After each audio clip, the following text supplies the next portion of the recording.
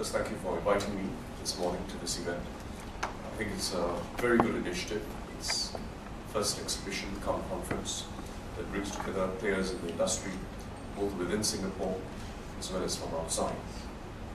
It says something about the maturing of the process industry in Singapore, and it also adds something to Singapore's growing role as a chemicals hub within Asia.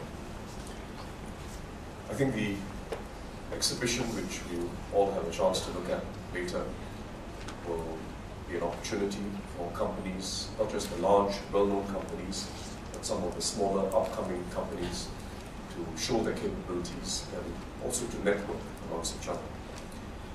The process industry is, as you know now, a key player in the Singapore economy.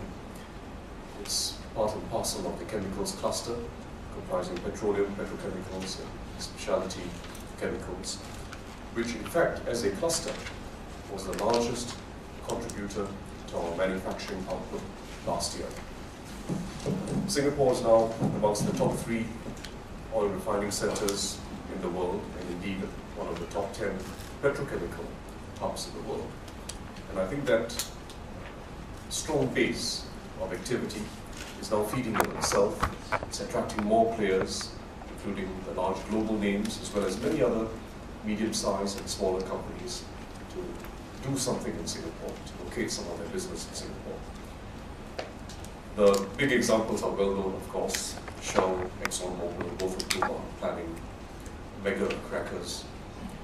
Finance AG, which is developing a butyl rubber facility, and Neste Oil, which is currently developing a $1.2 billion biodiesel plant in Singapore. These are not just large investments in their own right, but they've got many spin-offs. They generate employment, new business prospects for locally based engineering service companies, and they build up industry capability in general. They will also attract high-value downstream specialty chemicals and advanced polymer industries to co-locate in Singapore. So I think the way to sustain this is for us to keep building up our skills, keep building up our experience and our expertise, so that the standards of the local industry keep going up year after year. The process supporting industry happens to be doing quite well at a time when many other industries are facing more difficult prospects over the next year or two. And I'm very happy to know that the process industry has in hand contracts and orders that will take it through the next 2 to 3 years. The investments that we've made, these are investments that are of a long-term nature, that have to see through the cycle. And for the process industry, that means a lot of work for the next few years. So it is fortunate that we have this industry that continues to do well despite the general gloom in other parts of the global economy. But we have to take a long view when we think about how we can retain our competitiveness. And whether it's going down in a cycle or coming up in a cycle, the key for Singapore is to just keep upgrading our skills, our knowledge, and our expertise. That's the way in which we can see through the cycles. And the process industry in particular is a very good case in point of how companies have been constantly upgrading their skills and knowledge. One example that the local companies can use is to take advantage of the mega projects that are now coming on stream. Take advantage of these mega projects to develop our experience, the company's experience, as well as the individual employees' experience on complex projects. And this experience will be very useful when we seek opportunities abroad, including opportunities in emerging markets. I think it's also very useful that ASPRI has been organizing seminars, industry seminars, that provide its members with advice on new technologies, as well as on how to upgrade their own manpower.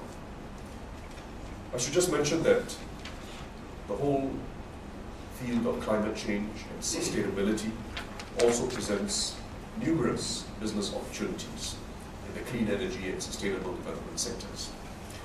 For the process industry, this means considerable new opportunities, including developing new capabilities and technologies in oil sludge removal, wastewater treatment, and add emission controls.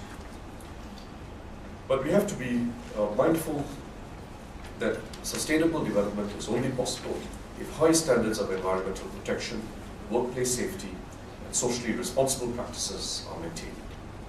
And our industries have to be totally committed towards these practices. I'm happy that our SMEs are doing well in the process industry. And I'm glad that Spring Singapore has set up a pavilion at today's exhibition to help to profile our local SMEs. It's an industry which has grown some very successful local companies, some of whom are now major names in other parts of Asia and globally. And I hope this continues, that this industry provides a platform for entrepreneurs to be identified, to be promoted, and to do well for themselves as well as for the industry as a whole and for Singapore. It's also quite gratifying that the industry is an example of how the public and private sectors have worked well together. ASPRI has worked very well with government agencies like EDB, IE Singapore, STB, WDA on the skills side, and ITE also on the training side. Worked very well on several private-public partnerships, such as the supervisory training programs, business capability upgrading, and market development efforts. So please continue your good work.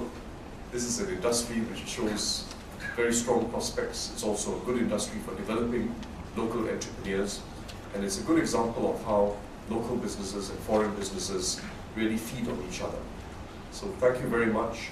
Keep it up, and I hope that at the next exhibition we will be in an even happier state compared to what we are today.